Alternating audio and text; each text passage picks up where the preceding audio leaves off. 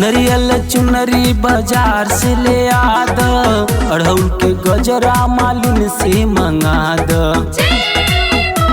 भूला द पंडित जी के पाठ पढ़े के, मेरी माँ आने वाली है।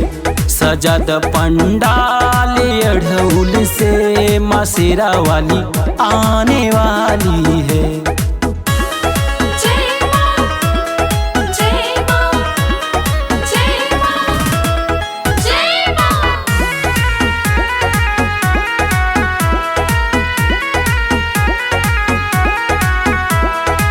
गैया के घिउआ से दिए ना जरावा, सभे मिली के माई के आरती जगाओ।